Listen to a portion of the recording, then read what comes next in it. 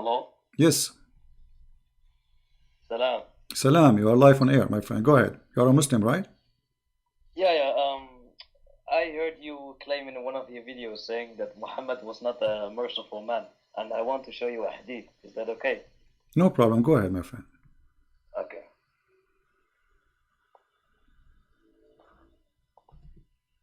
I will send you the hadith. No, just read it for me. I know all the hadith. Anas said 80 Meccans came from the mountain of Al-Tanim against the Prophet ﷺ and his companions at the time of the dawn prayer to kill them. And the apostles of Allah took them captive without fighting them and set them free. Wow, that's Is that amazing. Okay. So what is your response? Okay, I will answer you. So, which book you are reading from, my friend?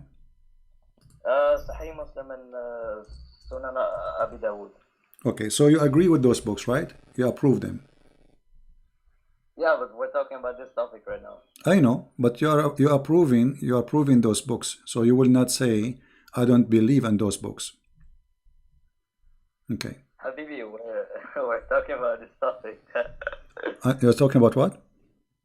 We're talking about this topic right now. Yes, we are talking about the same topic. Here we go. I have a hadith in front of me. It says that your prophet, he killed all the children who they have little hair around their pubic area. He slaughtered all the men and even the children if they have little hair around their private part.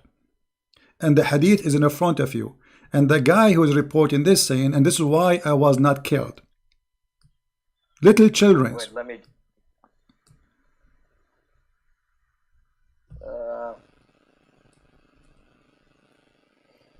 let me read it. I was from the topic.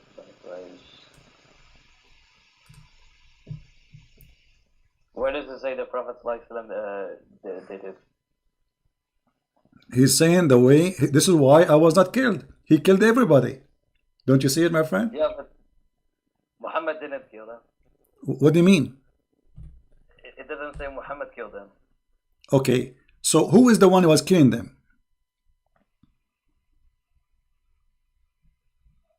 Oh wait, this is talking about Bani Qurayza. Yeah, Bani Qurayza, so they are human, right? Bani Qurayza are human, they are not monkeys. Are they human? Yeah, but they broke the peace treaty. No problem. So why you are killing their kids? But Muhammad did not command this. Some other guy did, and Muhammad said to him, "You have ordered like the commandment like Allah would do." And what the commandment of Allah to do? It says in the front of you that the Muslims, they slaughter everybody from those kids if they have little hair around their pubic. In Middle Eastern, they have hair since very early age.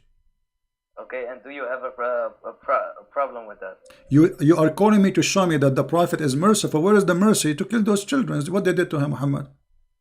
Okay, so I'm asking you, is there a problem with killing women and children? No, I'm answering you. You said to me that the Prophet he released. I'm answering you. Your Prophet he released the captive. Let me ask you, did Muhammad release the captives who they are children or he killed them? My friend, I'm asking you about that hadith. You are the one who called me. Don't change the topic. You are the one who called me. You wanted to show me that your Prophet is merciful, right? No, but I'm asking you about that hadith. Do you have a response to it?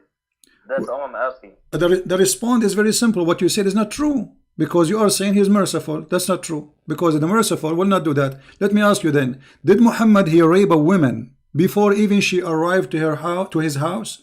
In the way he just killed her parents. He killed her father. He killed her husband. And he raped her and her name is Safiya. Yes or no? Safiya gave her body willingly to the Prophet, not by compulsion. Who is the one giving her the, what do you mean? She gave herself willingly to the Prophet? Can you show me the reference? Yes. Can you show me the reference he raped her and by compulsion? Okay, I will show you, but you are the one who mentioned to me first that she gave herself to the Prophet. I want to see, are you making things up or you have reference? Sex with him, show me. My friend, are you making things up or you are giving me, or you are going to give me a reference? I'm giving you the true interpretation, because you are using your own interpretation. Can you give me the reference? Okay. Raped her. Show me. What? Show me the reference where he raped her. Well, you are the one who said I will show him a reference, but you start because you are the one who said to me that she gave herself to him. Okay, what if I show you in the Bible Moses killing all the women and children and men? You can show me, no problem. No problem. You know, the Jews believe eye for an eye, and those they attacking them. You know, they are killing. They took them, they raped them, they slaved them, and the Jews they are fighting back. So now don't change the topic. Did Muhammad rape Safiya? Yes or not? Did Muhammad rape Safiya? Did Muhammad rape Safiya? Yes or not? Don't change the topic. Did Muhammad rape Safiya? Yes or not? Listen, Moses kept all the virgin women alive, and he said to them, keep them for yourselves. Okay, read the verses for me. It says, keep them. If you want to marry one of them, you cannot sell her. Right. You cannot sell her, and she have to share. Hold on. She have to shave her hair for a period, so he will not get close to her until she is healed from what happened. She is a prisoner of war. This is what the Bible says, and I challenge you to read the verses you are quoting for me. Look, we have no problem to read our verses, and I challenge you right now in front of everybody to read the holy chapter, and we will laugh at what you said, because there it says that if you want to marry her, and you cannot sell her, you cannot sell her. You take her as a wife, and if you don't want her no more, you let her go free. Does it say that, or I'm lying? My friend, if you rape a woman in the Bible, then you have to marry her forever and pay 50 silver to the That's a big fat lie. That's a big fat lie. Don't change the topic. There, if you lay down with the women, not rape a woman. If you lay down with the women, which means she agree, because a woman she don't agree, she will scream. The Bible say that clearly. Secondly, you're a prophet. He said the same, and you keep jumping like a monkey from a place to a place. Let us go one by one. I will stay with you until tomorrow, my friend. One by one, one by one. Does it say, you're quoting for me from the book of Moses, does it say that if you have a slave, you cannot sell her again? She have to shave her hair, and if you don't want her no more, you let her go free. Does it say that? My friend, according to your Bible, the father have to sell her daughter. You see, no, this is no, it's you who sell his daughter. You see, this is, you see, the Muslims, when they, okay, the Muslims, they say things, which they are incapable of even knowing. He quote, and he keep jumping. Look, he topic from topic to topic. Okay, you want to talk about selling women? You want to talk about selling women? Do you want to talk about women sold by the father? Say yes. Say yes. At the end of the day, you came, what? What topic you want to talk about? Why you keep jumping like a monkey from a place to a place? What the topic you wanna talk about? You kept doing that. I'm not the one. You see, you called me to speak about your prophet, the prophet of mercy, and suddenly you jump about Moses, and then suddenly you jump about etc. So you keep it changing. So tell me please, what topic you want to talk about? Okay, let's talk about satanic verses. Satanic verses, no problem. Here we go. Go ahead. I want to ask you what the problem is with Muhammad receiving the satanic verses and Allah abolishing what he threw in. Okay, so you agree that Muhammad he received satanic verses? Many of the majority of the scholars and tafsir say that this story of Al-Gharanik is a fabrication. But you just said, everybody heard you. What is your problem with the Prophet receiving satanic verses? Yeah, I do it because Ibn Ishaq and two other early books say that he received satanic verses. All right. So can you tell me the story how Allah abolished those verses? How Muhammad he said those verses and how Allah abolished them? What do you mean? Will he receive verses? What the verses? About Allah, Manat, and Al-Uzza. Yeah, what he said about them? Basically, he was like praising the gods of the pagans, and later on he said, no, the pagans were happy with it, and later on he said, no, this is from Satan and not from God. Okay. And I want, okay. So you agree with that? Yeah, because it's in Ibn Ishaq. But wonderful. The majority of the scholars and tafsir say it's a fabrication. Wonderful. My friend, We just heard all of you. What's your name, if you might say, so I can call you? Mahdi. So your name is what? Mahdi. Mahdi. Okay, Mr. Mahdi. You are welcome. I'm glad that you called me. You sound like a nice gentleman guy. Let us not to change the topic, please, one by one. You said you agree with the topic. You agree that the Prophet he received satanic verses. But it doesn't say in the Quran that Allah, he said, can you make Quran like this? Can you make Quran like this? Right? Does the Quran says that?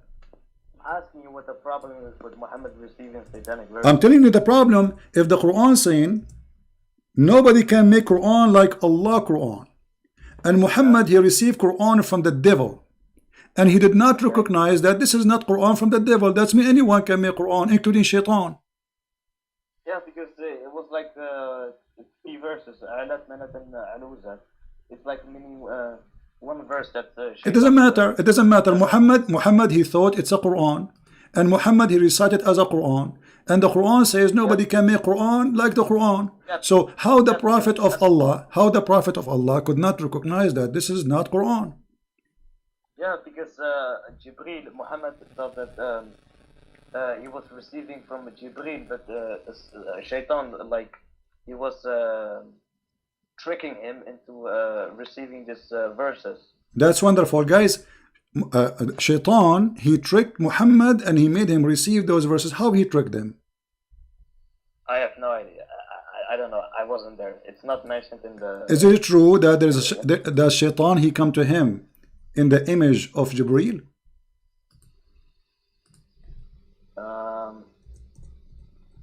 I would like you to show me the source from Ibn Ashaf or any early book. Okay, but you never heard of this story before? Yeah, I did, but maybe it's true. But I just want to hear your problem with the satanic verses, since Allah okay, no problem. Listen, as long you are the one who agreed that Muhammad he received satanic verses, and you heard of the story that Jibreel or Shaitan he came in the image of Jibreel, right? How and what is our guarantee that not all the Quran is from a guy who came in the image of Jibreel and he's Shaitan? What is our guarantee that the verse is saying that Allah will abolish the Quran, which is from Shaitan, is not from Shaitan himself? Because the Quran message of Quran is to worship the God of Abraham, Isaac, and Jacob, the one God. Okay, no problem. But you know, if you worship wrong worship, still you are not following the true God. As an example, you're a prophet, he kissed black stones. You Muslims, you claim that you are not pagans. Well, is that from Shaitan or from Allah, kissing black stone? No, he's doing that because it's holy, it's from paradise. It's holy. Where did Allah say to Muhammad, it's holy, kiss it? No. Okay, why he kiss it then? Because it's holy. Why it's holy? Because it's from paradise. Where it says that?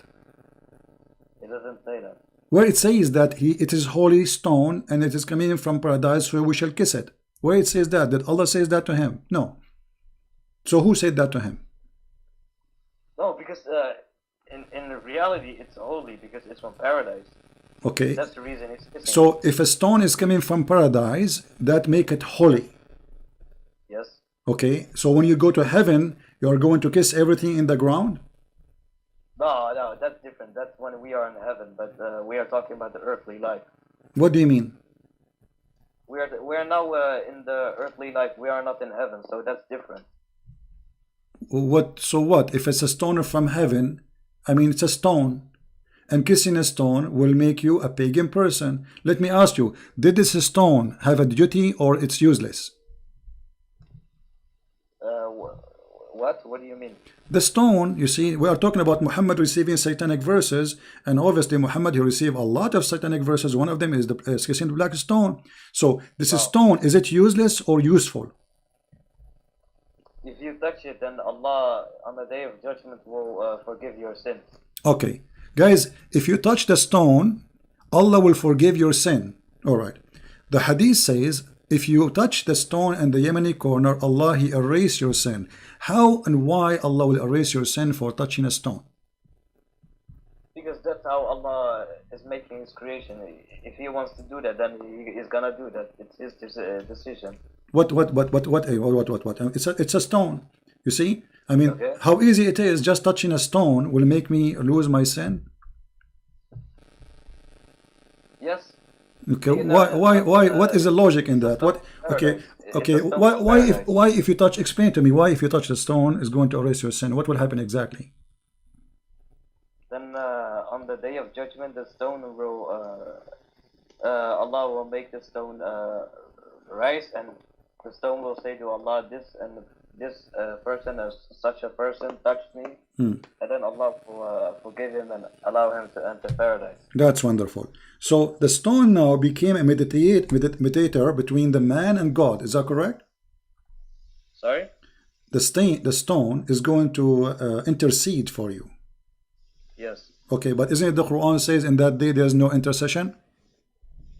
By his permission. Except by his permission, and the permission given to the stone?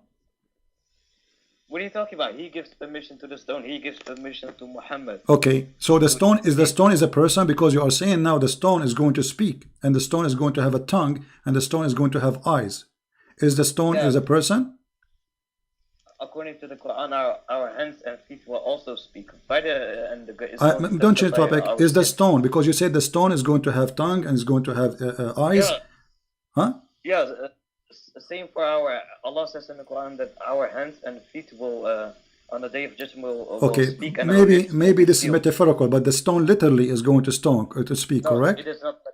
Okay, not metaphorically, no problem. Okay, no problem, not metaphorically. So the stone is going to witness for you in the day of judgment.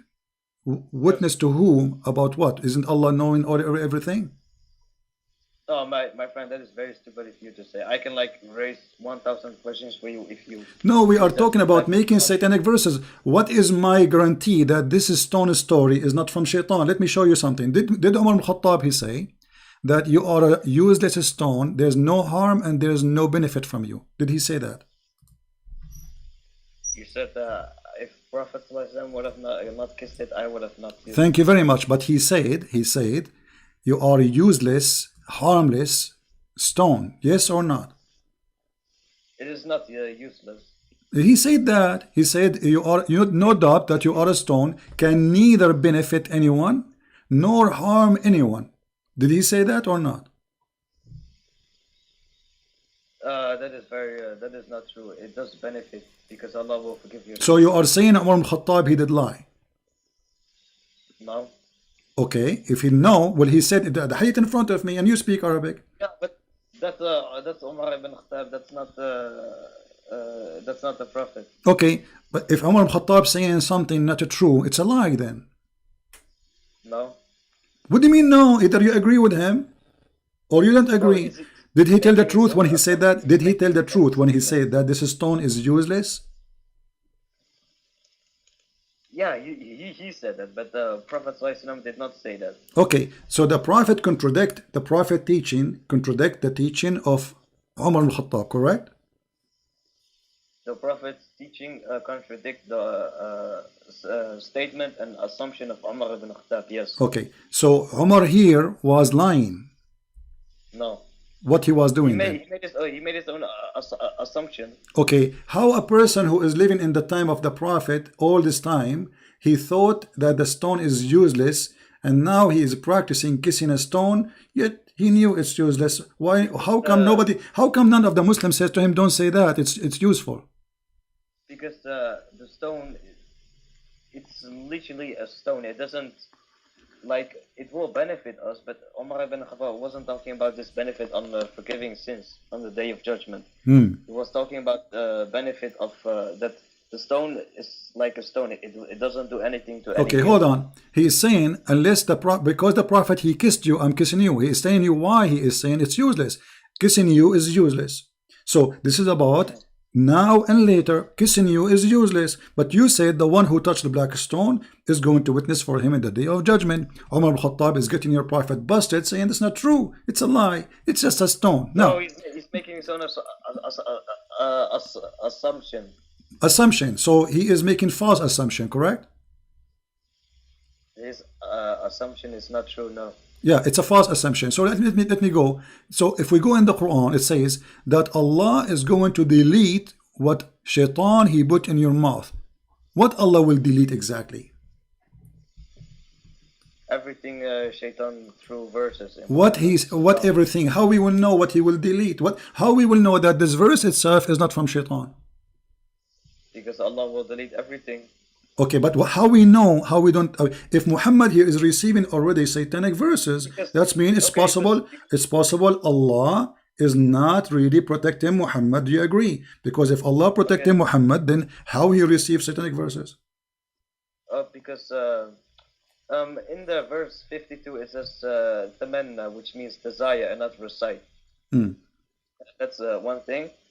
And another thing is when we look at the message and the teachings of Quran, like Allah says, do not oppress the orphans, teach them good, be good to your parents. None of this can actually come from Shaitan. When Shaitan reveals verses, he obviously is going to make disturbing teaching. Disturbing teachings with false messages like worship the pagans. Okay, so you are saying to me, if we find disturbing teaching in the Quran, that will make it satanic, correct? My friend, I'm asking you, if we find a lot of good teachings in the Quran. Well, Shaitan, he will deceive you. Satan, he will deceive you. As an example, Satan, he might come to you and says, I am, like now, let us say, if I asked you, is the Ahmadiyya as Muslims? No, of course not. Okay, so, but the Ahmadiyya, they speak, the founder of the Ahmadiyya, he's claimed that he is the Messiah, he claimed that we should do good, we should do righteousness. Here we go. So your logic is not a true logic, because here we go, this guy, he never said go and kill. Actually he's better than Muhammad. He never says go and rape and kill. He says do righteousness, go give donation, etc. This is the teaching of Ahmadiyya. So if we compare between the Ahmadiyya teaching and Muhammad teaching, Ahmadiyya will win. Yet you claim that the Quran is the book of God because there is righteous teaching. Let me ask you, according to the Quran and the interpretation of the Quran, can you have sex with your daughter out of marriage? Doesn't the Quran make a long verse saying, forbidden unto you are your fathers, sisters, and etc., etc.? Right. Making incest forbidden? Correct. But the Quran too says وَجَعَلْنَاهُ نَسَبًا وَصِهْرًا, and this is the interpretation actually before you call. I don't care about interpretation. I care about the facts about Quran and Hadith. You don't care for the interpretation. That is very good. So if we ask you who is going to give interpretation, you say me, you. Sorry? Who is the one will give us the interpretation, the correct interpretation for this verse? You said I don't care for interpretation. As long it doesn't contradict Quran and Hadith, then it is okay. Okay, my friend, it doesn't contradict the Quran because it says you can have sex with your daughter from adultery, not from marriage. And the Quran says وَجَعَلْنَاهُ نَسَبًا وَصِهْرًا. Everything. Okay, according to Islam, let me ask you. According to Islam, if you have a son or a daughter from adultery, can she carry your name? What does that mean? Can she carry your name? Which means she can carry your last name. She can be accepted by you and society as Islam. According to Sharia law, that they are your sons and your daughter. If it's in the Hadith and the Quran, then yes. No, according to Islam, and I challenge you. According to Islam, if you have a son from adultery, he cannot be your son. Even your Prophet, he said that al-waladu lil-firash waz-zani lil-hajar, which means the one who is the son of adultery, he will be considered the son of the one who owned the bed, not the real father. Do you agree? Habibi, I would like to get back to the topic about. We are in the topic. We're on the topic. We're on the topic. So you agreed and you admitted that the interpretation of Islamic scholars agree that you can have sex with your daughter. Yes or no? No. Okay, it's in front of you. Read it for us. Okay, read it for me, please. Read it for me. Here we go. It's in front of you. This is Tafsir al-Qurtubi. I would like to get back to the topic, please. We are back in the topic. This is disturbing teaching. No. I would like to talk about your problem with satanic verses. Because my friend, we are talking about the satanic verses because I believe this is from Satan. That there's a prophet, he come to us and he say, you can have sex with your daughter from adultery. Wait. I heard you say in one video, The Quran gives not authority to Shaitan over Muhammad, yet Shaitan control him. I would like to prove that that's very false. That's very wonderful. Okay? Okay, so you are changing the topic, but it's still close because we are talking about satanic verses. Shaitan control Muhammad or not? Let us see if this is true. The satanic verses, number one, proving that Shaitan controlled Muhammad because he controlled his tongue, he controlled his mind, he made him say things which he should not say. This is number one. Number two, your prophet, according to the Muslims, he was under the control of a black magic. Is that correct? Black magic is not Shaitan. So what it is? It is magic revealed by Harad and Marut. Okay. It has nothing to do with Shaitan. Okay, so your God Allah, he sent two angels to open a school of Harry Potter, and they teach magic. But who is the one who will use? You are the one saying that to me. Why you are laughing? Chapter 2, verse 102, it says, Allah, he sent Harut and Marut in the Babylon tower to teach magic, correct? Yes. Okay, so they open a school of magic of Harry Potter in the Babylon tower. Now, who is the one who learned from them the magic? The two angels. Who is the one who learned the magic from them? The people of Babylon, whoever wants to learn. Okay, read for me please, chapter 2, verse number 102. It says that Sulaiman is not a kafir, but shaitan. They are the kuffar, who they are teaching the magic. Does it say that? Sorry, can you show me? Okay, chapter 2, verse 102. It's on the screen. You can My read. English is not that good. No problem. Here we go. وما كفر سليمان ولكن الشياطين كفروا يعلمون الناس السحر وما أنزل على الملكين ببابل هاروت وماروت. So who is the one who is practicing the bad magic on mankind? Is shaitan. The Quran says that. So your prophet was controlled by the black magic, controlled by shaitan. No. The two angels teach magic, but Allah says in the Quran that whoever does accept teaching this magic, he will enter hellfire. My friend, does it say there that shaitans are teaching magic? Yes or no? Am I lying? No. Okay. No what? So wait, Habibi, I will call you back in just 2 minutes. No, don't call me back. Where you want to go? I'm enjoying conversation with you. You are a scholar. Wait, my mother. I will call you back. I'm not going to stay here forever, my friend. Tell your mother this is important. You are defending Allah. He hang up. Shaitan controlled the prophet. Shaitan, he agreed that he received satanic verses. Muhammad is under the influence of a black magic. He says things he is not aware of. He do things he is not aware of, and yet we can trust him to be a prophet. I mean, what is more proofs we need that Muhammad is a fraud? You know?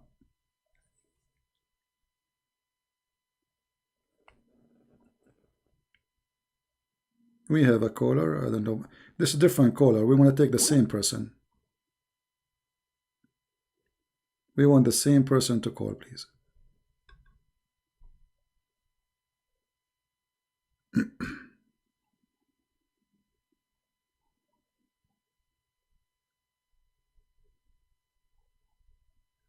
Please don't call until the guy he called back. He promised he will call back. Let us see if he's a man who keep his promises. And he is the one who chose satanic verses. And you notice how Muslims, they change topics so fast.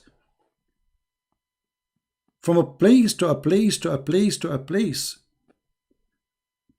All of them do the same thing. And you have to be sure, like you have to force them to stay in one topic. Otherwise, they will be all over the place. And the reason they are all over the place because they are trying to escape the embarrassing moment. He called me to say Muhammad is a person of mercy. The second we start showing him that Muhammad raping women, he changed the topic.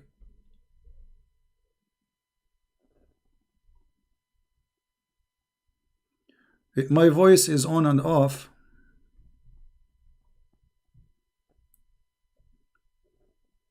Yeah.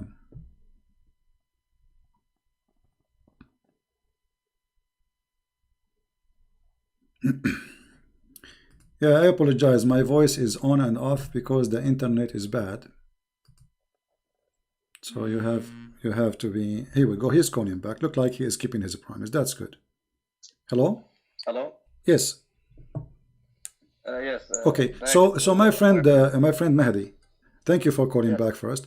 Now your prophet is under black magic. Black magic is what it is? Is it an evil thing? It is like a handwork of Shaitan. Okay, it's a work of Shaitan. That's wonderful. So by the work of Shaitan, Muhammad was controlled. How Shaitan was controlling Muhammad according to you? No, black magic. It was controlled. It was okay, but the black magic. Why is it okay? Is this magic is good or evil? I'm gonna explain it. If someone wants to use black magic, he can make the person they will use the black magic on crazy, or they can do whatever they want. They can like divorce his wife. Okay, so you are saying that the one who did the black magic, your prophet, he made him crazy. If someone wants to, yes, but this black magic only lasted for 1 year according to Ibn All right. Okay, hold on. So your prophet, according to you, okay, my friend Mahdi, your prophet, he became crazy because of the black magic, and you are the one who said they can make you crazy. So your prophet became crazy because of the black magic. How we can trust a crazy man, as you said, to be a prophet of God? It was only for it lasted only for 1 year according to Ibn Ishaq. One year? Okay, 1 year. How many Quran he made when he was crazy? Guys, our friend Mahdi, this is very important, he said, he was crazy, Muhammad was crazy for 1 year only. Okay, how many years Muhammad was a prophet in his lifetime? 23 years. 23 years. So we can say that at least maybe 1% of Muhammad life, he was life as a prophet, he was crazy. So during the 1 year of Muhammad being crazy, according to you, how many chapters Muhammad he made? But he was crazy. When he was under the influence of... Can you speak louder, please? I don't hear you, my friend. Can you speak louder? Can you speak louder? Oh, okay. When Muhammad was under the influence of black magic, Allah subhanahu wa ta'ala revealed 2 surahs. One, I forgot the name of it. One is Surah Al-Falaq, which has 5 verses, and the other surah has 6 verses. Together, them has 11 verses, and Muhammad needed 11 knots because the shaitan, there was 11 knots to break, and each knot to break was to reveal 1 verse. So Allah subhanahu wa ta'ala revealed 2 surahs together with 11 verses. Each verse broke a knot, and when they broke the knot, Muhammad was free from the influence of black magic. So you are saying to me that Allah, he could not free Muhammad from his black magic. It took him 11 months. It took each verse was able enough to break 1 knot. Right. So this is Allah, he sent those verses to get Muhammad out of the black magic. So it took your God Allah 11 months period so he can take Muhammad from the black magic. Don't you think this is a very weak God? It took him 11 months to fight a black magic made by somebody. I mean, what kind of God? He cannot release his prophet from a black magic for 11 months. And you are the one saying it took him to break 2 knots. And what those knots is about? What about? Tell me about the knots. So if I make a knot for you, I can control you? No, but it's pretty hard to explain because it's not explained in the Islamic sources. But basically, when Allah says in the Quran that Muhammad will be tested with a lot of tests, like all tests before Muhammad, all the prophets Allah made before Muhammad, like a lot of examples I can show you. But okay, show me an example of a prophet was controlled by knots. Why are you saying knots? Did you just say black magic? It's you are saying that, and the Quran saying that. You are the one who mentioned knots. This is in chapter of Al-Falaq, chapter 113. It says, وَمِن شَرِّ النَّفَّاثَاتِ فِي الْعُقَدِ وَمِن شَرِّ فَاسِقٍ إِذَا وَقَبَ. Okay. Okay, so how a person can control you by the knot, and Allah took him 11 months to open those knots? Do you think that Allah, he need more training? Do he need to go to Harry Potter school so he can finish it faster? You admitted, and everybody heard you, that the Prophet was under the influence of the black magic, which make him crazy, for 11 months. And it took Allah 11 months to take the knots out. It is, Allah's not gonna like Allah's not gonna wish to release Muhammad from the black magic at once. Allah tests the Prophet. How that can be testing the Prophet if the Prophet now is a crazy, and that will not make him tested? This is not testing. This is humiliating. What the point of this testing? If you are making things like something I did not choose. Did Muhammad choose black magic? No. So if you force something on me and then you say this is testing, this is crazy. This is not a test. This is kind of illness, right? Because you are controlling me. I have no control of myself. So what kind of God? He allowed the devil or any evil power to control his prophet, who supposedly people will follow him. Now your prophet is a prophet of God, and you Muslims, you follow whatever he do, whatever he say. So you said for 11 months or a year, Muhammad is a crazy man. Now, how many things you learn from the crazy man during the 1 year? Can you tell me how many things you learn from him? Okay. When Jesus was in the desert, he was tempted by Satan for 30 days. Is that? But I'm not gonna say Jesus was like very crazy or something. Like Jesus was, according to your belief, still. He overwon that temptation by Satan. No, you see the temptation there, Shaitan, he offered him things. Jesus, he refused. So he did not control Jesus. He did not make him do things. He did not make him say things. So Shaitan, he is just offering things. Jesus said to him, it's been said, you know, don't test your God. It's been said, don't do this. It's been said, don't do that. So this is just a conversation. Temptation is Shaitan now offer me, let us say, to go and do gambling. This is temptation. Did I do it? No. So this is a temptation of offer. Here we have your prophet is under the control of the devil, and you agreed it was for a period of 1 year. So I'm asking you now, why Allah allowed the devil to do that to Muhammad, who is going to be followed by Muslims? Now listen, did Muhammad did something crazy when he was under the influence of the black magic? Yeah, he was like doing imagining that he had sex with his wives while he did not. All right, that's wonderful. So how that can happen? And don't you think that this is mean that Muhammad, he lost his mind? A man, he imagined himself having sex, but in fact he did not. So what he was doing? No, but this is talking about the daily life, like Muhammad receiving revelations from Jibreel. Like imagine Muhammad getting revelations from Shaitan for 1 year. First of all, if that was true, then Jibreel would have said to Muhammad after 1 year that you should delete all these verses you said because you were under the influence of Shaitan. Okay. And Allah subhanahu wa ta'ala said he abolished everything that Shaitan threw in.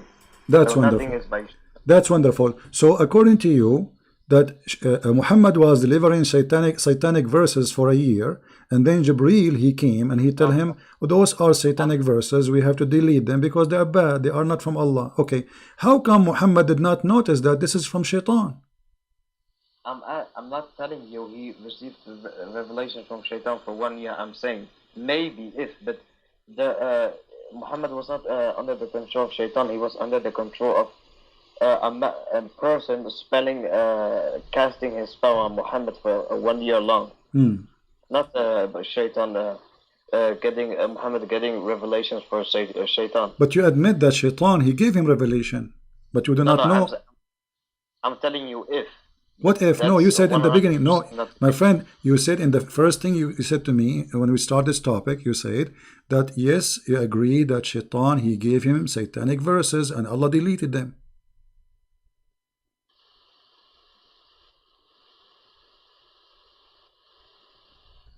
Sorry, your mic is cutting off. What I said, you agreed from the beginning. You said yes, Allah, he gave satanic verses and Muhammad, he received those satanic verses, and Allah deleted them. Allah gave satanic verse to Muhammad? So Shaitan gave satanic verses, and Allah, he deleted them. But when we look at the satanic verses, in Ibn Sheikh and the other early sources, it only mentioned the verse of Alat, Manat, and Al-Uzat. It doesn't mention other verses. Imagine like Muhammad was, if Muhammad, I think 100% not, got the revelation from Shaitan for 1 year, then it would have also mentioned that. That is wonderful, guys. But you see, the Quran never mentioned that this is about the satanic verses, the one you are talking about. It says Allah will delete whatever Shaitan he gave, correct?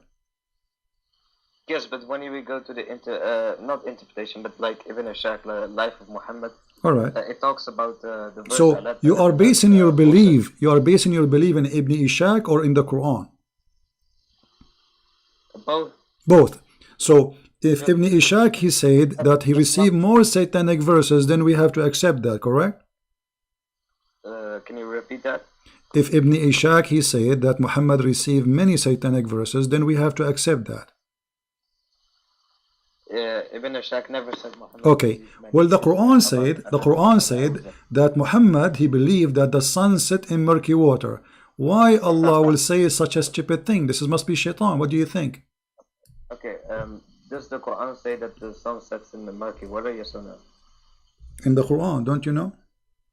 Okay, but first of all, Allah never says in the Quran that the sun sets in a murky water, except when narrating someone's story. Okay, what the story says? It says he found the sun, right? Yes. Yes. Okay, he found the sun where? He traveled and he found the sun setting in the murky water. Then he traveled again. Thank you. And he found So who is the one is talking? Is Allah. If Allah he says he found that, that's mean he is reporting what he found, not opinion of the guy. If I say to you, Mr. Mahdi, he went to Baghdad and he found Baghdad very dusty, or there is a sandstorm. So I am not telling you what he is saying. I'm telling you what he found, which means this is what is true. Yeah, because Al-Baghdad is not in space. That is very stupid example you just gave. What do you mean? Well, what do you mean? Does the hadith confirm the Quran in chapter 18, verse 86? If there's a hadith, you are saying if there's a hadith? Yeah, and I'm asking you, does the hadith confirm chapter 18, verse 86? I don't know. Do you know any hadith confirm it? Anyways, there are two narrations from Abu Dahar, Abu Dahar only. No one narrates this. Aisha, Anas bin Malik, only Abu Dahar, which is suspicious. He says that Muhammad said the sun sets in warm water, Hamia, but in chapter 18, verse 86, it says that it sets in murky water, Hamia. It's the same word. Hamia and Hamia is the same, my friend. Hamia and Hamia is the same. No, they are not the same. No, it's the same. Go and open the dictionary and you will see it's the same. Both is a hot water, and it's a murky. So the hadith, aren't you the one who says, okay, don't you Muslims, you say that if the hadith confirm the Quran, we accept it? Okay, does the hadith say that the sun goes underneath Allah's throne, which is above the 7 heavens, but chapter 18, verse 86 says it sets under the lowest heaven? Is it that a contradiction? No, hold on. Okay, hold on. Allah, okay, the sun go in the murky water, but where is Allah is located? Sorry? Allah, where is Allah is located? That's not the question. This is the question, because the sun is going under the throne of Allah, correct? According to the hadith, according to chapter 18, verse 86, if it's literal, then it doesn't. Okay. No, I'm asking you, where Allah throne is located? Allah's throne, above the 7 heavens. Is it located over the water? Yes, but in chapter 18, verse 86 says it sets on the lowest heaven, on earth. If it's literal. No, my friend, okay. I want you to read, okay, my friend, let us do this. Oh, wait. Do you accept your prophet explanation, or you don't accept your prophet explanation? No, my prophet didn't say that. The one who fabricated this hadith, he did not know that Muhammad said that All right. Allah is above the 7 heavens. Okay, no problem. Let us see. I'm going to show you a hadith in the screen, and you tell me, you know, if you agree with your prophet or your prophet is making crazy stuff. No, Let us see. Abu Dahr or someone in the chain of narration made a fabrication. Okay, I'm going to show you a very sahih hadith, my friend. Is that fair? Is that fair? Very sahih hadith. Okay. Then it doesn't contradict Quran. No problem. You see, until now you did not find the hadith contradicting the Quran, because when the prophet says he found it sitting, the sun set in the murky water, this is what the Quran is saying exactly. Now, yeah, but it says the problem is the chapter 18 verse 86. If it's literal, then it says it sets on the lowest heaven. But wow, the hadith say it sets underneath the throne of Allah. What a chapter you said again? Give me the chapter. What chapter number, please? Chapter 18 verse 86 says Ah. it sets on earth, on the lowest heaven, but the hadith say it sets above the 7 heavens. Now how can this be? No, it doesn't say that. The hadith says that the sun goes and prostrate under the throne of Allah. And the Quran is a contradiction to that if it's literal. No, hold on, no. Yes. Okay. Habibi, Okay, let us read the that's how it verse. is. Chapter, you say the chapter 18. I will go to chapter 18 in front of everybody. Chapter 18, correct? And what verse you want me to open? 86. 86, wonderful. Here we go. We go to 86. It says the later verses he found the sun rising again. Right. It is, Okay, here we go. metaphorical, All not right. literal. All right. So the chapter 86, it says that he found the sun sitting in a spring of a muddy water, and he found near it. What he found? Look, he found near it. How he can find near it? Listen, this is just from my interpretation, his perspective, because Allah never says in the Quran that the sun sets and murky water from his own. My friend, it says it's Allah is speaking, not the guide. Allah, he said, until he reached the sitting place of the sun. Where is the sitting place of the sun? I do not need to go anywhere. I can right now, as I speak to you, I am next to where the sun set, because sun set everywhere. So it says here that he go in a journey. Allah want to tell us a story about this man. He went in a journey and he followed the way, and he keep going until when he reached the sitting place of the sun, and he found it sitting in a spring of a muddy water. So this is a report about a point of arrival. It says the place where the sun set, but this is mean that Allah believe that the sun set in a certain place, not everywhere, because he keep going, and this guy, he spent years in travel. This is not about one day, like from the morning or after. This is years of trip. So he explored the whole world. He arrived where the sun set. He found it sitting in a spring of muddy water. Can you tell me how he saw it in a spring of water? This is not my thing. I'm asking you, does the hadith confirm chapter 18 verse 8? Yes, exactly. Yes, exactly. Here we go. The hadith says that your prophet said that he found it sitting in a murky water. Exactly the same. No, it doesn't say that. Okay, read it for me. Here we go. Why is it on the screen? Here we go. I will put for you on the screen in a second. Here we go. And this is not a da'if hadith. This is sahih chain hadith. You see it? This is sahih. So I was sitting behind the Messenger of Allah, who was riding a donkey while the sun was setting. He asked, do you know where this set? I replied, Allah and his apostle know best. He said, it's set in a spring of warm water, Hamiyah. Yeah, and chapter 18 verse 86 says dark, like a muddy water. How can it's the same. Hamiyah and Hamiyah is the same word, my friend. Hamiyah. No, okay, what Hamiyah mean? Okay, what Hamiyah mean? Hamiyah means boiling water. Correct. And this is a water in the ground, correct? No, it can mean any type of boiling water. So what are you saying, that your prophet saying that the sun was sitting in a dish? Well, I'm asking you, it can be any type of boiling water. It doesn't mean where. My friend, Hamiyah, the Quran have many ways of recitation. Some recitation says Hamiyah, some says Hamiyah is the same word. You can open the dictionary right now And if we go right now, listen, if we go, no, if we go, okay, listen. So your prophet, he said here, hot boiling water. The Quran, according to you, says boiling and murky. Correct? This is the difference. What a big deal. He did not mention to you the word murky. He confirmed. Okay, did he confirm? Listen. Did he confirm that it's sitting in a spring of water? Yes or no? He said Quran says dark mud. No, this is not the question. Did he confirm that the sun set in a spring of water? No, it's a spring of dark mud, in the spring of murky. My friend, does your prophet say, did he say in the hadith, he said it's set in a spring of, forget about dark and warm and warm. Did he say a spring of water? Does it set in a spring of water? Yes or no? We should look at what type of water this is. No problem, but it's a water. At the end of the day, if it's hot or not, that will not make a difference. If it's muddy or not, will not make a difference. It's a water. So the Quran agree with Muhammad here that the sun set in a spring of water, and he is saying it's boiling. According to you, hamia, not only boiling, it is boiling water and muddy. Okay, but he did not contradict. Why are you lying? It doesn't say boiling water and muddy. It says only muddy water in the Quran. Okay, here we go. I will open the Muslim translation. Okay, let's see. You're calling me liars. Now you're insulting me. Here we go, guys. Does it say? Okay, hold on. Does it say black, muddy, or hot water? This is your translation. This is your Muslim translation.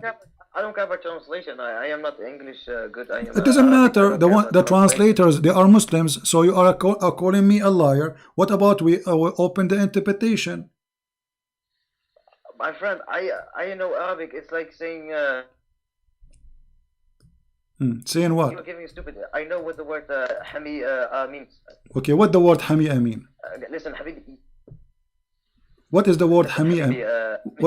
What is the word hami mean? According to who? Muddy water. Okay, according to who? Muddy water. According to Arabic. What do you mean according to? Is that according to dictionary or according to you? According to a dictionary as well. What are you talking about? Okay. So it's a muddy water only. It's not a hot water, correct? No. Listen, you are not getting my point. The hadith say that the Quran, the hadith say that the sun sets above the seven heavens, and the Quran says on the lowest heaven. If we were to take the hadith as sahih and the Quran as literal, then the Islamic sources say that the sun goes to the underneath throne of Allah. The sun goes out of the orbit and returns in the morning in the orbit. It doesn't say it sets on earth in a muddy spring, because the hadith and the Quran, where the sun sets, is a total fabrication. It's a total contradiction. Okay, but this is mean the Quran is false, because you just said there's a contradiction. Or I'm asking you, or the one who, if this hadith is a fabrication, then the one who fabricated this hadith didn't know that Muhammad said. Let me ask you. Allah is above the seven heavens. Mahdi, let us take it one by one. Here, this is Sahih Bukhari. This is a very Sahih hadith. I'm going to put it in the screen. Your prophet believed that the sun goes every day from the east to the west to prostrate itself under the throne of Allah. Do you agree with your prophet, or he's lying? I don't believe this hadith is sahih, because it is contradiction to Quran. This is Sahih Bukhari. Yeah, so what? This is only narrated by Abu Dahar. It is okay. Not narrated by Aisha. Okay, but you're a prophet quoting the Quran, and he said, and this is what it's. The sun runs into its fixed course. Chapter 36, verse number 38. So this is in total agreement with the Quran. Chapter 36, verse number 38, it says, and the sun runs into a fixed course. And Muhammad saying, and this is what it's meant, that the sun run into so let us make it clear. In order for Mahdi to get escape, Mahdi, I will give you time to talk. Mahdi, hold on. In order for you to get escape from the disaster, you are now saying that the hadith of Bukhari is lying, Christian Prince is lying, Umar al-Khattab is lying, everybody is lying. Habibi, listen to me. Chapter nowhere does it say Muhammad said this is the meaning of the statement of Allah. It says that. Read it, my friend. Read it in front of you. Read it. This is your prophet saying that. this is the translator putting his own interpretation. No, here we go. This is the Arabic. Here we go. Read the Arabic. Go ahead. You translate for us. No, no, no, no. This is the Arabic. Read the Arabic, please. My friend, read the Arabic. Read the Arabic. Don't play games. Please be honest. The Arabic in front of you. Listen to me. The chapter 36, 38 is meaning its fixed course is underneath the Earth's horizon. Okay, I will go with you. So guys, the fixed course of the sun is underneath the Earth horizon. That means the sun is moving. The sun is moving around the Earth. The sun is moving around the Earth, according to you. No, from the Earth is moving around the sun. No, it says the sun. It says وَالشَّمْسُ تَجْرِي لِمُسْتَقَرٍ لَهَا, and the sun run to its course. It doesn't say the Earth run. It says the sun runs. Okay, because the sun is in the sun follows the heaven. My friend, what the sun follow the heavens? This okay? So you are saying the sun when we have morning and evening, when we have sunset, that's the sun is moving. So you agree with your prophet that the sun moving, and this is how the sun disappear. Can you repeat that? Okay, you are saying and you agreed that the sun is going. Does the sun go? Of course, the Quran says the sun is in orbit. All right, so the sun goes, and he is talking about the sunset. So the sun goes every day from the morning until afternoon, until the setting time, and the sun goes under the chair of Allah. Okay, but this is not true, because the sun goes nowhere. It is the earth going around itself. Yeah, but I believe this hadith is a total fabrication because it contradicts the Quran in chapter 8. So we can say, me and Mr. Mahdi, I agree with him that Muslim source is full of lies, and Muslims are not trustworthy, and they lie a lot about their prophet. This is what Mahdi is saying to us. He is saying to us, we Muslims, hold on, you are saying to me, we Muslims, including Al-Bukhari, the most authentic source, we have a lot of lies about the prophet. We lie a lot about him. Don't trust what we say. We are liars. No, I'm not saying that. Would you are saying Umar al-Khattab is lying. You are saying Al-Bukhari is lying. You are saying your prophet is lying. I'm not saying that. Okay, let me ask you. I will make it simple. You see, you can go around as much as you want. The guy in the same chapter, we are not changing topic. In the same chapter, he keep going. He changed his direction, and then he keep walking until he found where the rising place of the sun. Yes, this proves that it's not literal. What do you mean literal? No, he keep going. This is going. It's a trip. He keep going until he found the rising place of the sun. Where is the rising place of the sun is located? So according to you, the Quran says that the sun goes under the ground and it travels all the way to the ground, and it's rises no, above I did the not ground. say that. I did not say that. The Quran said the sun goes in the murky water. I did not say under the ground. I said in the water. But you just said that hadith say the sun goes underneath the throne of Allah. And the throne of Allah is above the water. Don't you know that? Yes, but chapter 18 verse 86 says on earth. Okay, but is the throne of Allah is on the water, on the earth, or in different place? Where is the water located? It doesn't matter where the water is located. It matters where the sun sets. Okay, no problem.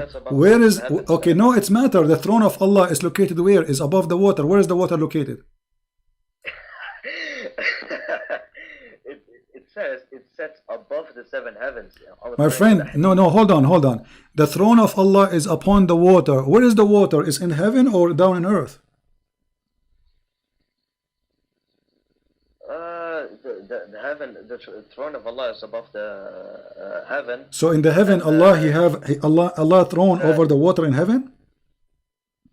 Allah, the water is underneath the throne of Allah. Okay, and where is the water located? Above the seven heavens. So there is a sea above the seven heaven flying, and Allah in the top of it. There, Muhammad explained this.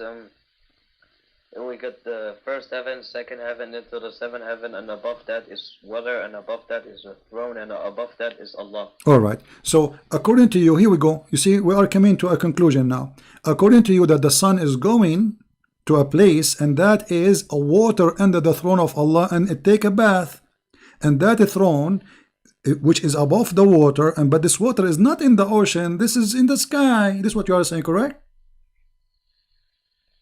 In the heaven, yes. Okay, so you agreed. So you agreed now finally with the Quran that the sun dip itself in the muddy water, but this muddy water is not in the earth. My friend, you are not getting my point. The Quran makes a total contradiction to what the Hadith says. So what we are getting from you, that you Muslims believe and you agree that you have too many contradiction stories about what your Prophet said, correct? Is it? I'm asking you. Is it possible for someone to replicate this Hadith, since it's only narrated by Abu Daha? It's only narrated by Abu Dhabi. Is it not possible for someone to replicate this hadith? Yeah, but the hadith about your prophet, saying that the sun goes every day and take permission from Allah and goes and then come back from the east. This is not a fabricated, because everybody reported. No, not everybody. That is a lie. Well, here we go. I can find you the hadith from many sources. This is okay. This is written in many places. Okay, you see. Okay, listen. Sahih Muslim, At-Tirmidhi, Al-Bukhari, etc. They report the same story. But if we go right now and we ask you, do Allah even knew what He created first? Yes, of course He does. Okay, what is the first thing Allah He created? You see, remember, we're trying to prove that Muhammad is under the influence of Shaitan. If Allah is God and He is talking, He will not contradict Himself, correct? What is the first thing Allah He created? The first thing Allah created.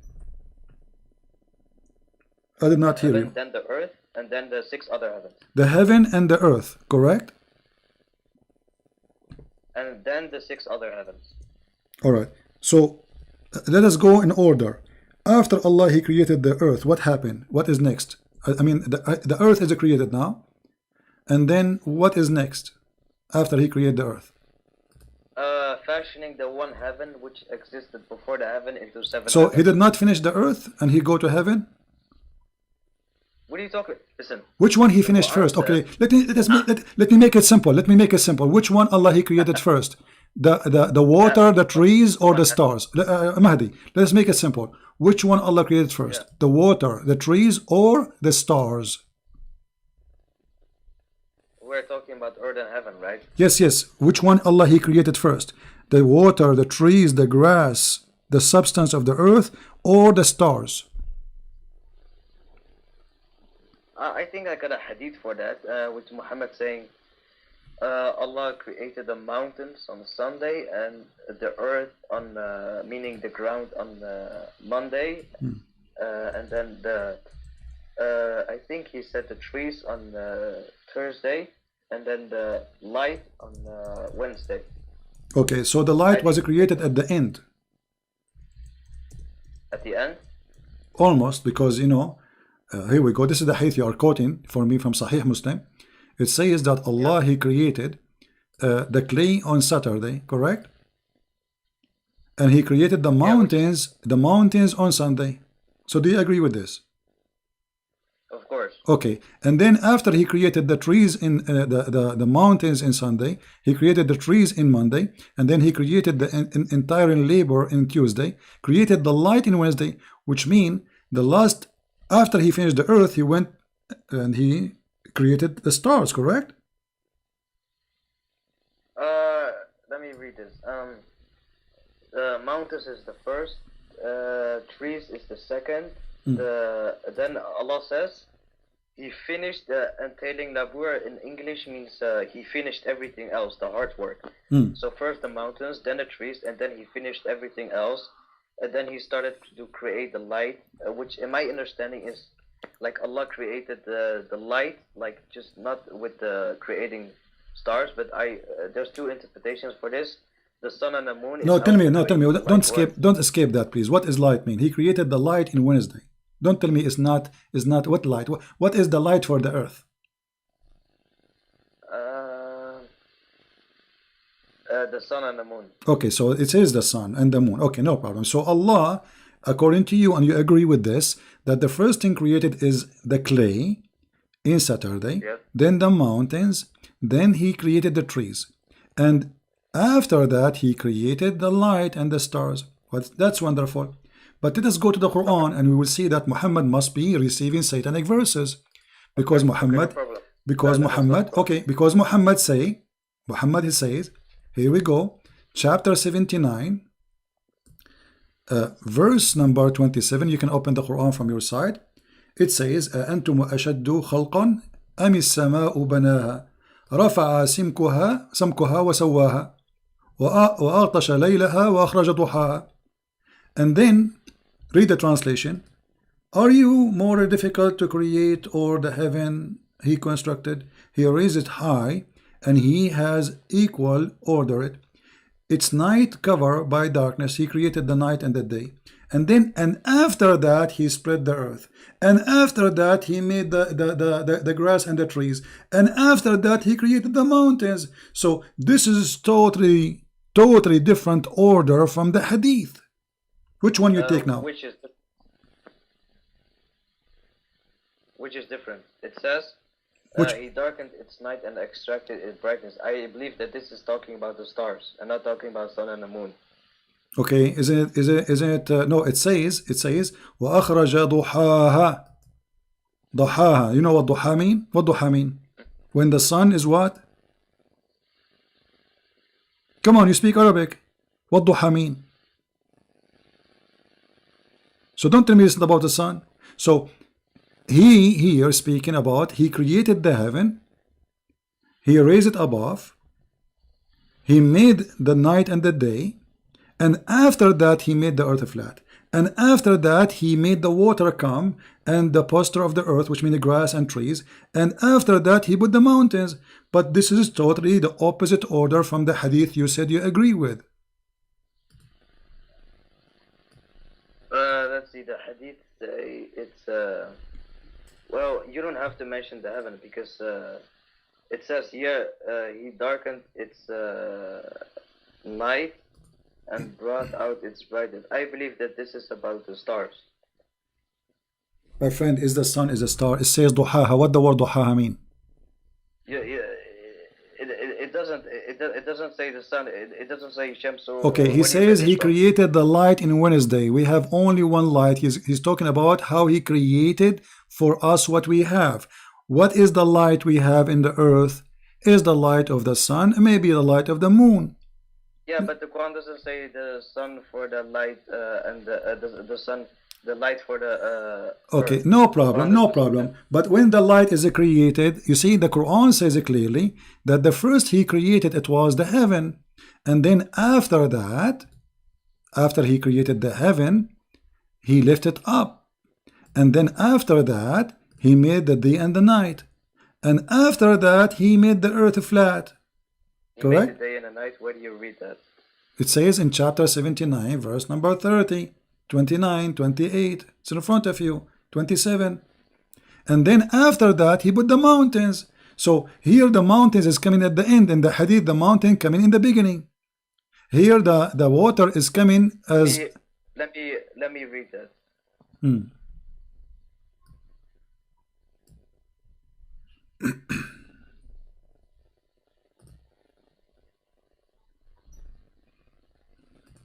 I can explain to you. The Quran says the heaven is the first thing, and then in my interpretation the stars, and then the earth, and then he started creating the earth and the mountains, and then at the last thing he finished creating everything else on the earth, and then he created the sun and the moon.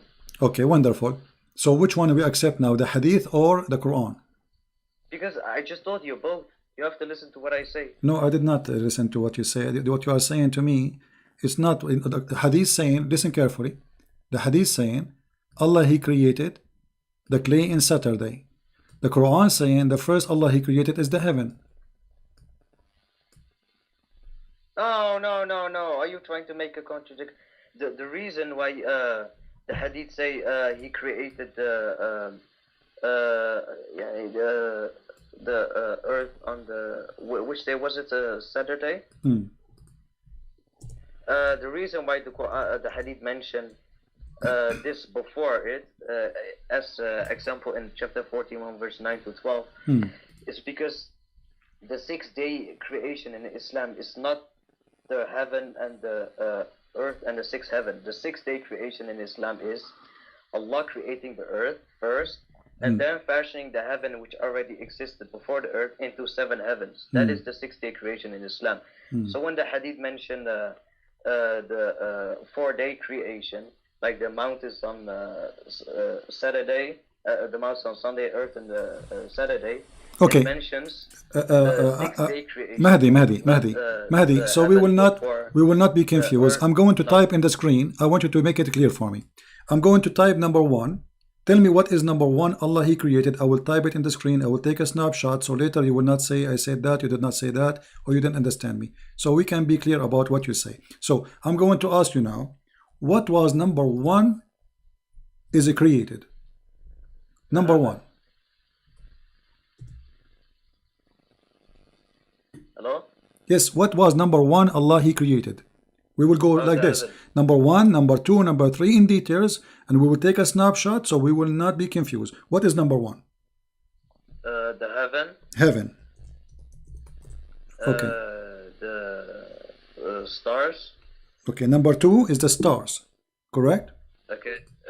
Then the just one by one. So number 2 is the stars. Just to be sure, we are not making things, we are not getting wrong information. Okay. What is number 3 now? The earth.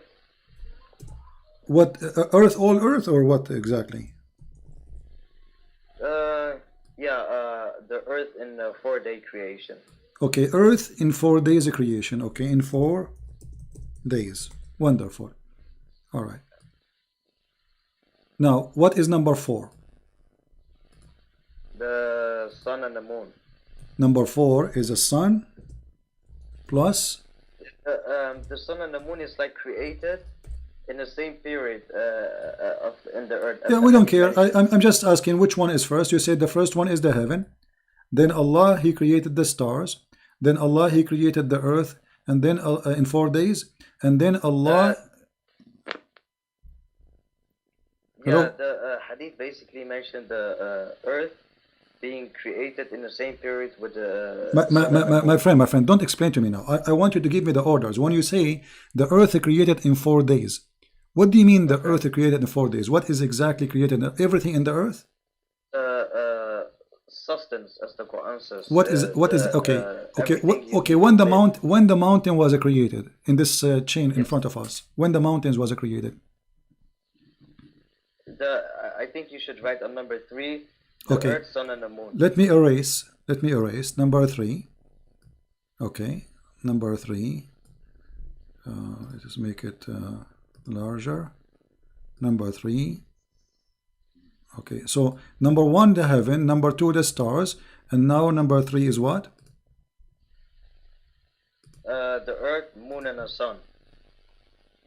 No, give me details. What, moon and sun? The earth, when He created the earth, He finished all the work on the earth, or He just created the earth? He finished all the work on earth in 4 days. Okay, so did He created, then number 3, He created water? Do you agree? And trees? Plus? Yes. Plus trees. And then when the mountains was created? And the mountains too? Yeah, all in the same period of 4 days. Okay, plus mountains. All right, that's wonderful. So this is number 3. And then what is number 4? The number 3 is the sun and the moon and the earth. No, you said to me already number 3. You told me number 3 is the water, the trees, the mountains. Yeah, the substance of the earth and the sun and the moon. This is all number 3? Yes. But which one will be first, the water or the sun and the moon? The water. The water. So that's mean we keep it in order. Number 3 is water, trees, and mountains, and then number 4 is sun and moon. What is next? Anything else? Let me see.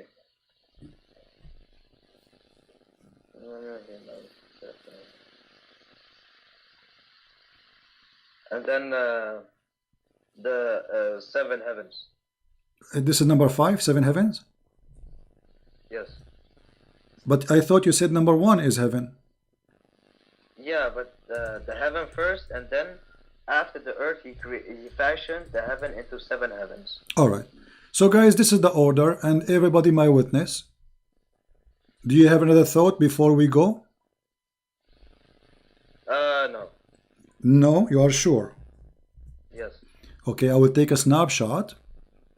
Here we go. And I hope I will not lose my internet. And now we will go to the Quran. In the Quran, my friend, in chapter 41, verse, yes, we start from the Quran. Let's go there. Yes.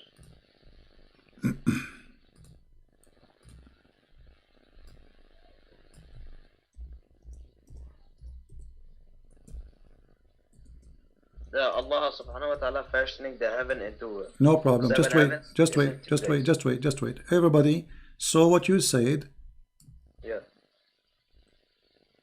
Okay. This is the Quran says. أأنتم أشد خلقا أم السماء بناها. Are you more difficult to create or the heaven he constructed? So what at first? The heaven. رفع سمكها فسواها. So he raised it above, in order. And then he made the lights and the darkness, which mean the moon and the sun. No, it doesn't say light and darkness. It Okay, says, my friend, it says that وأغطش ليلها وضوءها. He made night and he made a day. It says that in front of you. Does it say the word night and the word day? ضحاها, the daytime. We can open the interpretation. no, duhaha is when he spread the earth. Stop lying. Okay, here we go. He said stop line. I'm going to open interpretation. What interpretation you accept? My friend, Muhammad, he explained in the hadith. My friend, you just said I am lying. So either you are lying or me. One of us have to get busted immediately. No. Which interpretation you accept to show you that this is about creating the day and the night? I believe myself that this is about creating the My stars. friend, you just said to me, you are lying. You accuse me of lie. This is a shame. Shame on me to lie. So now, if you are sure this is what it's mean, what interpretation you accept? My friend, I don't use interpretation. I use Allah and Muhammad. So why you don't accept? And are you saying interpretation they will agree with me and they will not agree with you? What do you mean? The Quran and the Hadith is very clear. My friend, don't tell me what do you mean. Why the Islamic scholars they agree with me, they don't agree with you? What are you talking about? I'm asking you, does it say that this is mean he created the day and the night? You said no. Because this is what they think. They think, so they are stupid, they are lying. Ibn Kathir is lying, Al-Qurtubi is lying, Al-Jalalain is lying, all of them they are a bunch of liars and you are the only one saying the truth, correct? No, I'm saying this doesn't specifically have to mean the sun and the moon. Don't tell me don't specifically. Based on what? If we go right now to the dictionary, what the dictionary says about duha? It means spread. This is talking about the earth. Why are you lying? Well, I have all the interpretation in the world in front of me, and all of them they agree with me. This is Tafsir Ibn Kathir, and you speak Arabic. Can you read for me Ibn Kathir? My friend, I don't care about Ibn Kathir. Okay, so Ibn Kathir accused you to be a liar because he agreed with me. Okay, what about Al-Jalalain? They can be wrong. Okay, so Ibn Kathir is wrong. Okay, Ibn Kathir is wrong. What about Al-Jalalain? He's wrong too. He says, and you can read it, أبرز نور شمسها وأضيف إليها الليل. Does it say that? So Al-Jalalain is a liar too. Okay, what about At-Tabari? Why do you have to mention scholars? I just because you are accusing me of lying. One of us is lying. So the scholars they are lying too. No, they're not lying. They say what they think. Ah, so why they think they don't speak with Arabic? They are from Afghanistan.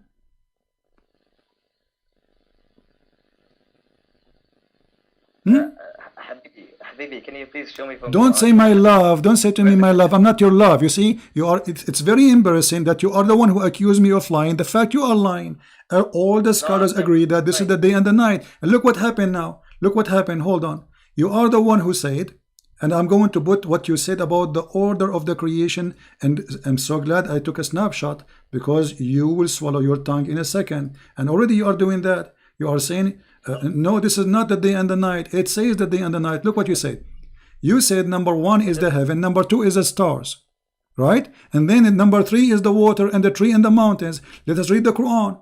It says, وَالْأَرْضُ بَعْدَ ذَلِكَ دَحَاهَا. After he created the sky, he made the light and the night, and the day and the night. And then after that, he made the earth flat. And after that, he made the water come out and the pasture. And after that, he made the mountains. But if we... Wait.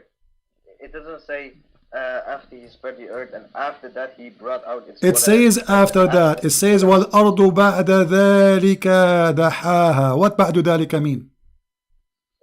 My friend, it says after that he spread the earth, but it doesn't say after that he brought out its water and its pasture. It says that. It says that. أَخْرَجَ مِنْهَا مَاءَهَا وَمَرْعَاهَا. It's in front of you. It says that. It says, don't lie. Okay, read the verse for me. Read verse number 31. Habibi. Don't tell me Habibi. Read the verse. Read the verse. What it says. Habibi, you are... Don't Habibi me. Can you tell me what verse number 31 saying, please?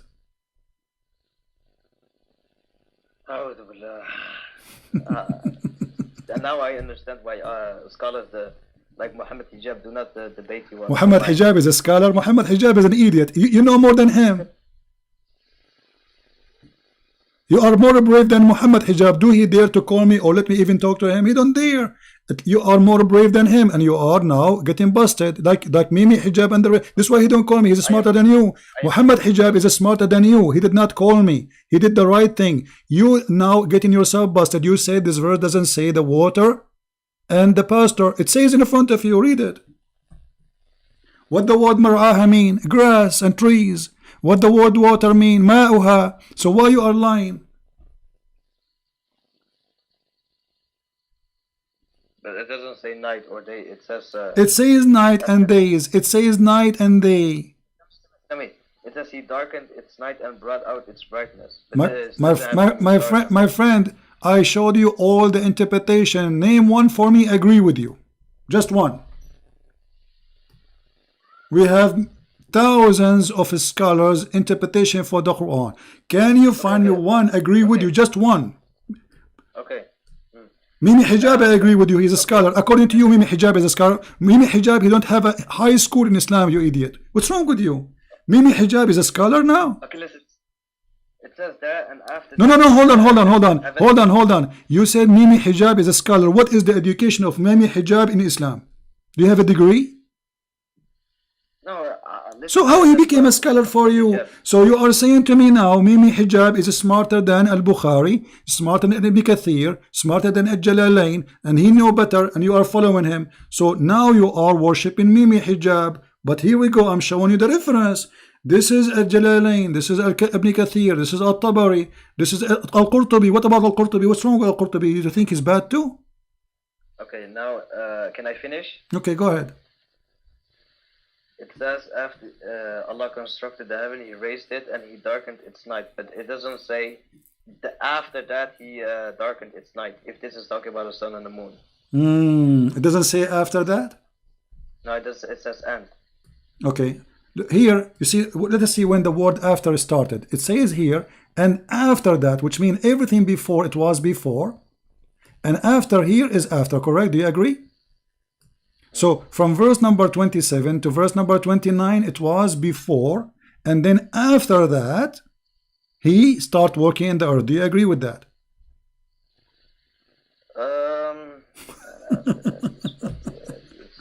I mean, it's simple. Sorry?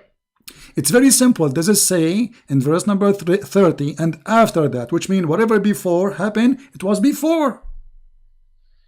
Yeah, but it says after that He spread the earth. It doesn't say... After what? After that what? After what? After that what? I'm saying. It says on the chapter 30, in verse 30, it says after that But after that, on the next verse, it doesn't say after that. It just says and. No, he continue. It says, and after that, and he continue after that. After all of this, after he made the sky, after he lifted us up the sky, after he made the day and the night, and after that, he made the earth flat, because the ha mean earth flat. And after that, he made the earth, he brought the water and the substance. And after that, he made the mountains. So the last thing he created. Your mic is cutting off. Huh? Your mic is cutting off. Can you please? I'm saying the Quran make it clear that first Allah he created the sky, he made the day, he left the sky up, he made the day and the night, and after that he made the earth flat. So after the word after that, anything after, and it says and. So he continue about after that, and he brought water and pasture for the earth, which means grass and trees and mountains. This is all belong to after that. You don't need to repeat after many times. So, and after that he did the following. So the last thing in the chapter number 79 Allah created was the mountains. Do you agree? The last thing he created was the mountains? Yeah. That is a big fat lie. What are you talking about? It's in front of you.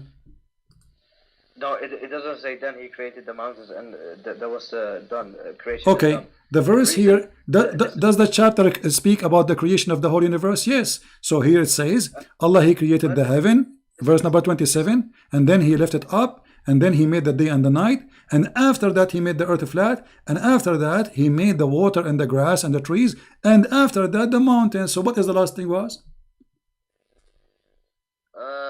Maybe it doesn't say he created. First of all, it doesn't say he created. Like when we go to chapter 41, verse 9 to 12, it says it mentions the whole 6-day creation as mentioned in the hadith. Which day was created at first. Then we get a detailed explanation of order creation. So the first was the. My friend, why you are changing the topic? Does it say that the last thing he mentioned here, it is the mountains? Yeah. Yes or no? Yeah, because it is not mentioning the 6-day creation. That is why. Okay, but he is giving you now in details. Who care about the 6 days of creation? No. Okay. He's not giving. Okay, let me ask you. What he's doing. Allah, he finished the earth first, or he finished the sky first? The one heaven. Okay, chapter 2, verse number 29, it says, Allah, he created everything in earth first, and then he went to the sky, and he finished the sky. So which one of you is lying?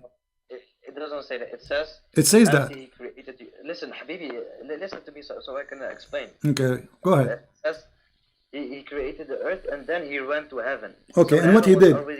He said he created everything in earth, correct? Everything. Does it say that?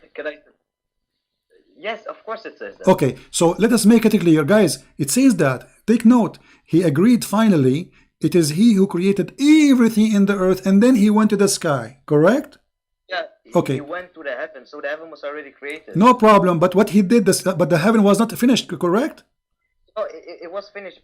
He fashioned the heaven into 7 heavens, so he made other 6 That means it's not finished. That means it's not finished. So he made them after that. He made them 7 heavens. So the earth is done totally, and the last thing is finished. He went to the heaven, and the heaven he made them 7 skies. Do you agree?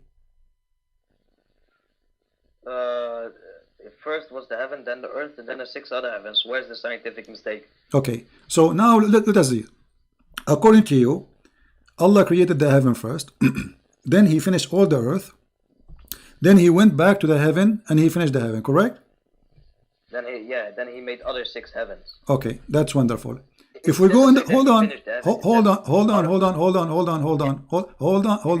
because people will laugh in a second.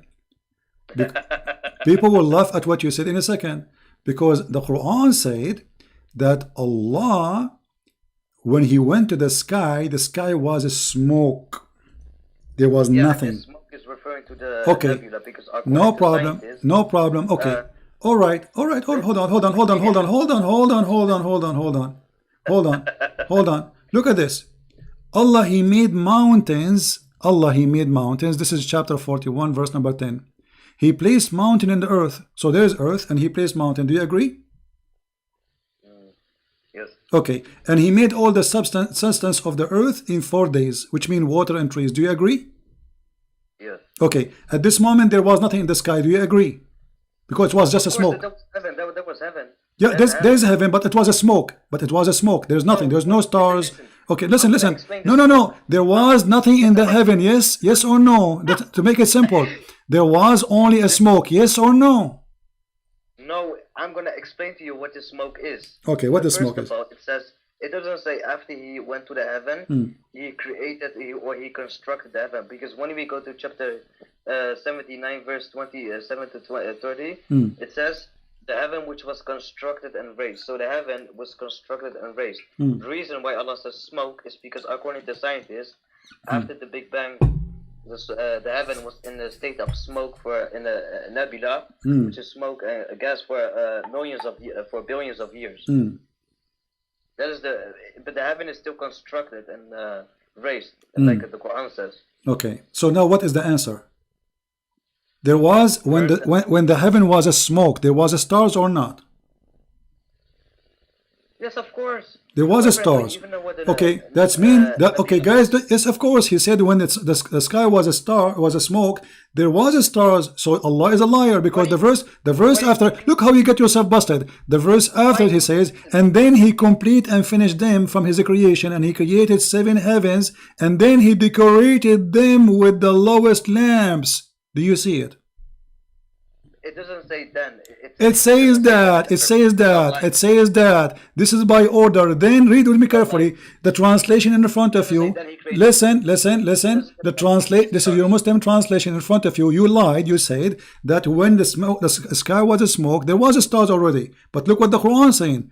After that, then he completed and finished from his creation in 7 heavens in 2 days, and he made each one of them heaven its affair, and then we adorn the nearest lowest heaven with lamps. So the last thing is created as the lamps. Okay, now let me get you busted and let me finish speak. First of all, what the Quran means by saying it is smoke. According to scientists, the heaven. Don't tell me according to scientists. Don't change topic. According to scientists, you are making a scam right now. Don't change the topic. Don't go to scientists now. I'm asking you. I asked you. I said when the Quran says there was a smoke, there was a stars there already. You said yes a second ago. Yes. Okay. But verse number 12 saying that after that Allah created the stars. Okay. In Arabic, it doesn't say then he completed the. Okay, my friend, which interpretation you agree with? Let us get you busted again.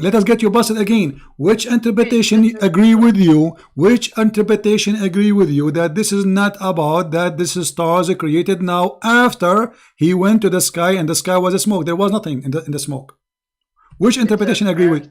It says and he placed in the nearest heaven lamps. It doesn't say then. Stop lying. Okay, so guys, he's saying and. What does that and mean? That's mean in order. So the sky was okay. Hold on. If the sky already have stars, hold on. If the sky is now is smoke, everybody is laughing at you. If the sky, you say the sky when it was a smoke, there's a star. So why you need to make stars if they are there already?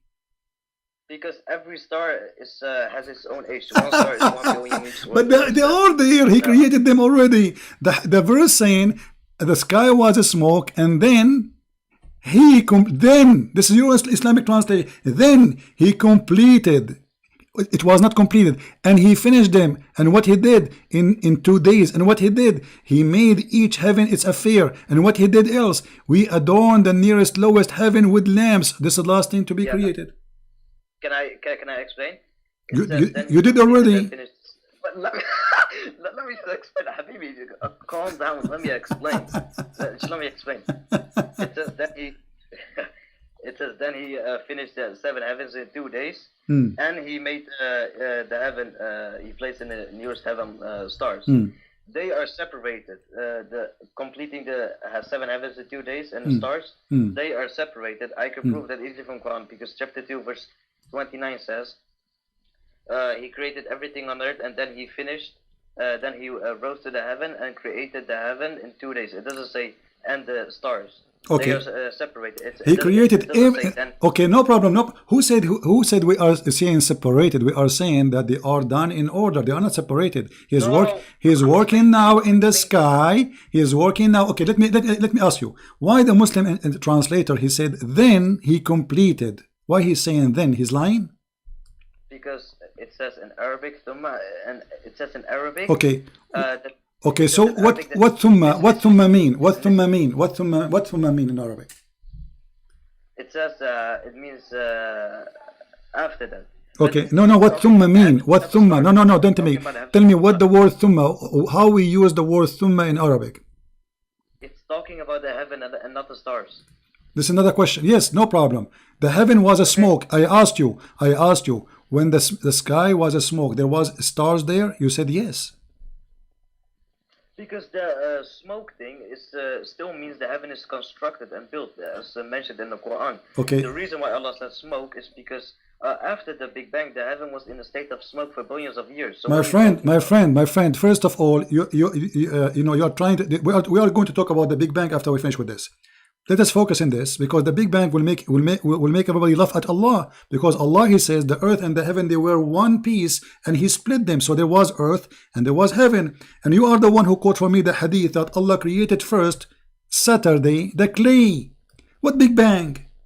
The Big Bang believe the Big Bang believe. Listen. The Big Bang believe that lights was created after the clay in Saturday. And then he created the mountains in Sunday, and he created the trees in Monday. I mean, what are you? This is a Big Bang. What's wrong with the Muslims? So look how foolish what you are saying to me. You are saying you believe in the Big Bang, which believe in many millions of years, while your prophet talking about Saturday and Sunday and Monday and Tuesday and Friday. And by the way, the hadith make. And by the way, how many days the Quran says that Allah created the earth and the heaven? 6 days or 7 days? 6. So why the hadith saying 7? It doesn't say that. Wallahi, it doesn't say okay, that. Read it. Let us count together. Let us count together. Okay. Let us count together. Saturday. This is Saturday. You see the hadith, right? Yes. Okay, Saturday. Yes. And then Sunday. This is 2. Yes. Let me put numbers so we will not forget. Okay, let me put numbers. Hold on. Okay, this is number 1. Saturday is number 1. All right. Let us make it red, because most of Muslims, they have a blind vision. They see only the moon split, but nobody see it except them. Okay, this is number 1. And then Sunday, this is number 2. Correct? Yes. All right. Now we have Monday, number 3. Now we have Tuesday, number 4.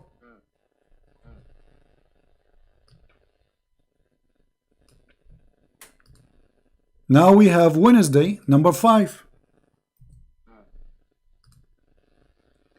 Now we have Thursday, number 6. And now we have a Friday, number 7. For Adam was created a Friday afternoon. Okay, now let me explain, and please, just give me 1 minute. Do not interrupt me, please. Go ahead. Okay. The Quran and the Hadith say that the 7 heavens was created in 2 days, and the earth in 4 days. Hold on. Don't change the topic now. Hold on. We are talking about the 6 days. So why you made me count the days? Why you made me count the days? Why you change the topic? Is it 7 days or 6 days? Wallahi, I will explain to you if you just let me finish. No problem. But does it count here 7 days? Yes or no? Okay, this Hadith is talking about the 4 days of the earth. Is spreading the animals and creating Adam and creating the sun and the moon. Are they part of the creation of the earth in 4 days mentioned in the Quran? My friend, did your prophet says he created the last thing Friday, Adam? Yes or no? Yes, but this is not referring to the creation of the earth in 4 days. No problem, but did Allah finish his creation in 6 days or 7 days? 6. Okay, but here it says that Allah is still working in Friday, and he created the Mr. Big Bang. You said to me Big Bang, right? It says a Friday afternoon and night. Okay, let me explain. Here, the Hadith talks about creating the earth in 4 days. It says He created the earth on Saturday and created the mountains on Sunday and created the trees on Monday, and he created everything else on Tuesday. So these are 4 days. Creating the earth, creating the sun and the moon on Wednesday. This is not part of the earth, and causing animals to spread is not part of the earth. And Adam is also not part of the earth. So what are you talking about? But Adam is not part of the earth. He is part of the sky. My friend, causing animals to spread is also not part of the creation. The sun and moon. Really? So who is the one who created? So did he create the? When you say the spread, does that mean he created the animals, or he did not create the animals? It doesn't matter. Do not change. No, it matters. It's a creation. So you are lying again. So Allah here, Muhammad aka Allah, he is saying it is 7 days. And by the way, you said to me the Big Bang. Does the Big Bang believe in the Friday afternoon?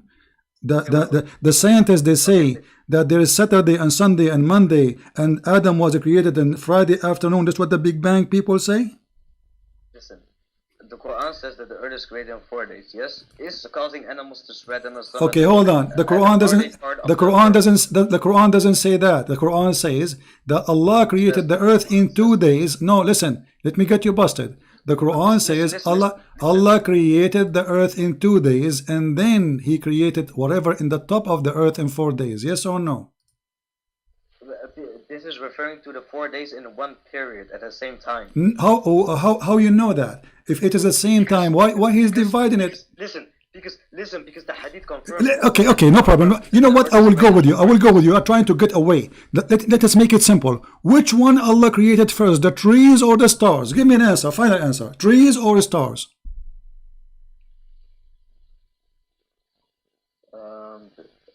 The trees or the stars?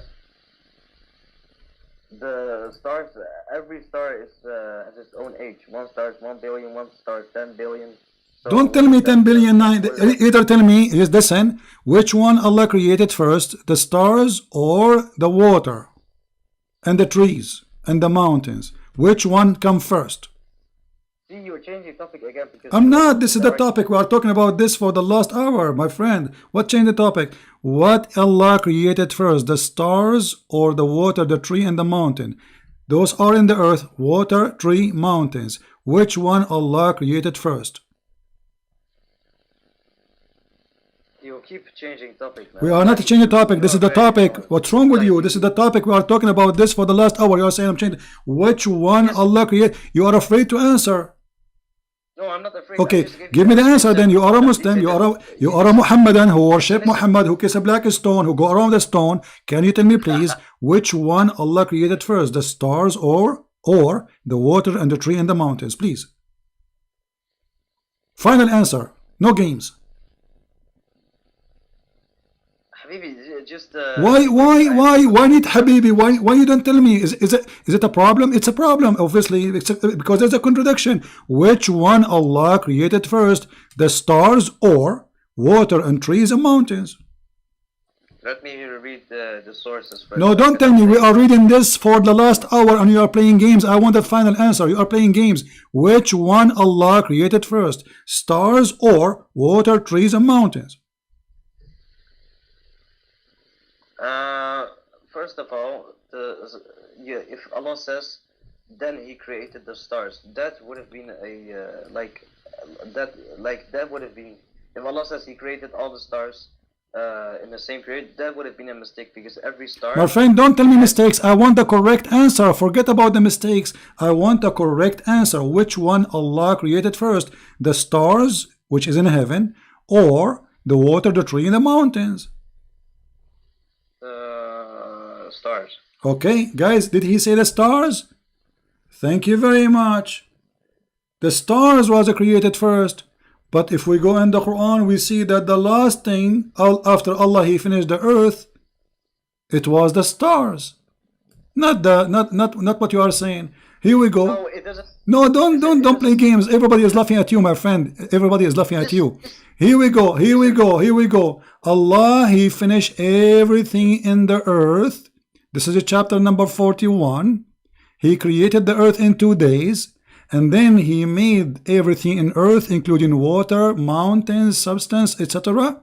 And then after that, He went to the heaven, and He completed the heaven then.